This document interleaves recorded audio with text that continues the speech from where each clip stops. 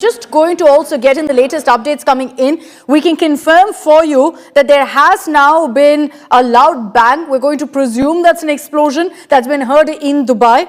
Explosions that have been heard in Riyadh as well. So you've got some of your biggest cities in the Middle East being targeted right now. Abu Dhabi, Dubai, Riyadh, all of them seeing, in fact, explosions being reported right now. Have there been casualties? We don't know just yet because this is a live developing situation. It's escalating fast, it's moving quickly, and you're seeing essentially that the scope of this war is playing out in a massive scale across the Middle East right now. Whether it's in Bahrain, the US's naval base being hit, or in fact in Abu Dhabi, or in Dubai, there have been reports of explosions being heard in each of these locations. What will this really mean? Will the likes of the UAE, Kuwait, Bahrain, Qatar now also jump into this particular conflict, into this war?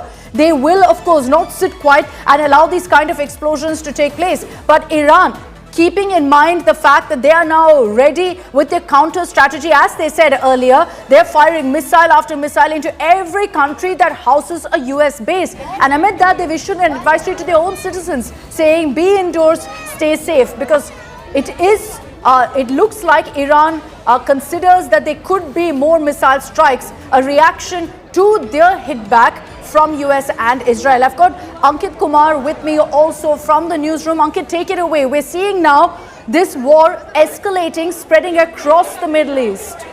Akshita, we are trying to sum up everything that has been going on since morning in the Middle East. It all starts with the Lincoln Carrier Strike Group. This is the biggest puzzle in this case.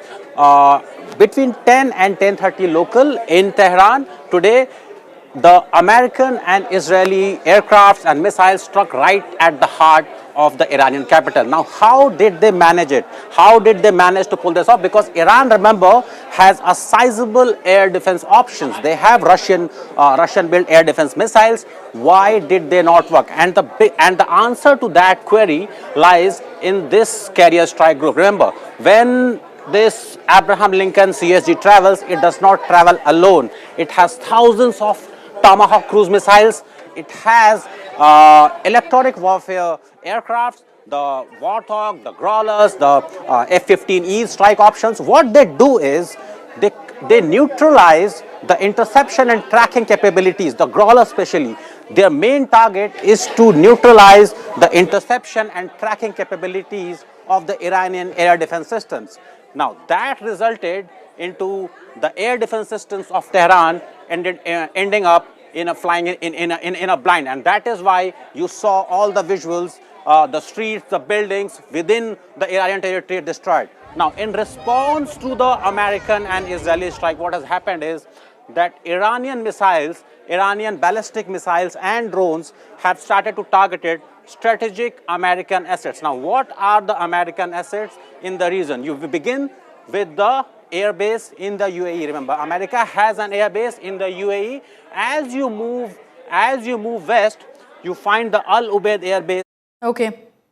All right. Ankit, I'm going to come back to you. Ankit, explaining to us exactly how these strikes took place hours ago. What started it off? US's Operation Epic Fury and Israel's Operation Roar of the Lion. That's what's triggered what you see right after that, this entire effect of every country in the Middle East seeing explosions of one kind or the other. I'll also highlight for all of our viewers watching this broadcast, anyone looking to travel internationally, do check on your flight status, because across the Middle East now, most countries have closed off their airspace. I can confirm for you that, the likes of Kuwait, Qatar have already closed off their airspace. Of course, Iraq, Iran, Israel, they've also temporarily closed off their airspace. So international flights, if you've got one planned for the next 24 hours or perhaps longer, there could be a challenge in that particular schedule. We already have learned of an Air India flight having returned midway after it having taken off from Delhi for Tel Aviv. So just a quick alert there on also flight ops being hit as a result of what we're seeing right now. Most countries in the Middle East, looking at the barrage of missiles flying in and out, have closed off their airspace as a precautionary measure. As we get in more footage, I'm going to keep alerting you on exactly what we're seeing on our screens. That was brief glimpse really of an Israeli jet, but we'll get you that footage in greater detail. We're also continuing to focus on the impact of the initial strikes.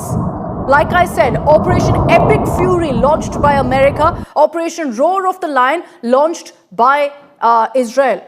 All focused on targeting Iran, led to multiple explosions in Tehran. And so what you see on your screens is also the impact of those explosions. We still don't know at this point about casualties, but Israel did highlight that all of their strikes were focused on targeting Iranian government establishments. And as we tell you all of those updates that are coming in, Iran has very clearly sent out a message saying they're not going to hold back. They will be attacking every single US base in the Middle East within their reach. Where their missiles can get, they will go ahead and target those bases.